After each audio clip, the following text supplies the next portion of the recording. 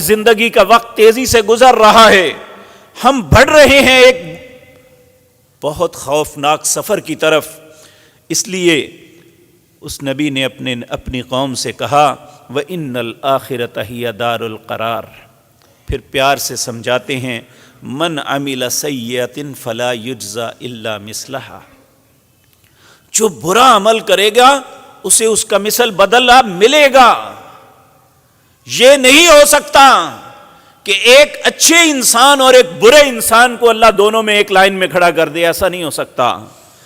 پھر فرمایا وَمَنْ عَمِلَ صَالِحًا مِّن ذَكَرٍ أَوْ أُنثَىٰ وَهُوَ مُؤْمِنٌ، جو ایمان کی حالت میں نیک عمل کرے گا، وہ مرد ہے یا عورت، فَأُولَٰئِكَ يَدْخُلُونَ الْجَنَّةَ يُرْزَقُونَ فِيهَا بِغَيْرِ حساب، اللہ اسے اپنی جنتوں میں داخل کر کے بغیر حساب کے رزق عطا فرمائیں گے۔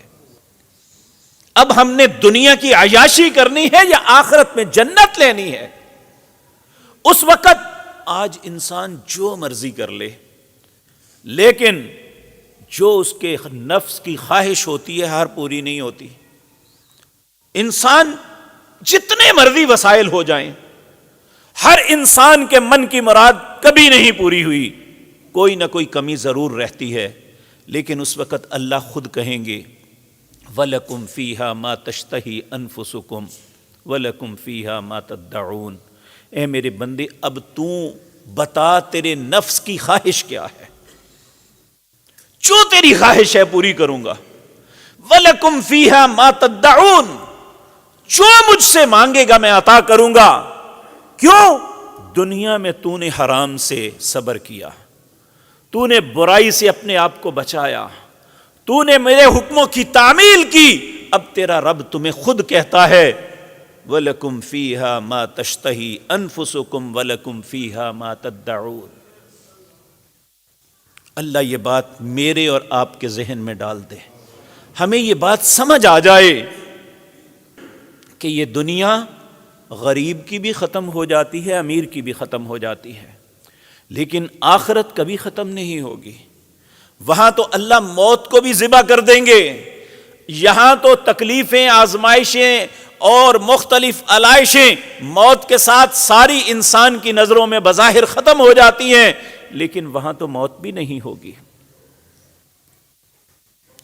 تو اللہ رب العزت فرماتے ہیں، نبی کریم صلی اللہ علیہ وسلم سے سوال ہوا کہ آپ کہا یا رسول اللہ صلی اللہ علیہ وسلم ای الناس خیر، بہترین انسان کون ہے، خیر والا بندہ کون ہے؟ آپ نے ارشاد فرمایا من طال عمرہ وحسن عملہ، جسے اللہ نے لمبی عمر دے دی اور اس نے اچھے عمل کی توفیق دے دی، یہ اللہ کی نظر میں سب سے بہترین انسان ہے۔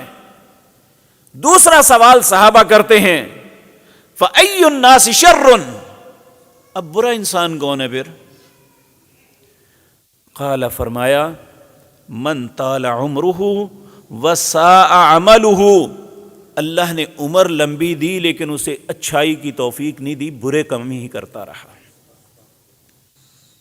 بڑھاپا بھی آ گیا تو 12 ٹہن اور شطرنج اور اسی طرح تاش کے پتے تو کھیلتا رہا، نہ اسے نماز کا ہوش آیا نہ اللہ کے ذکر کا ہوش آیا۔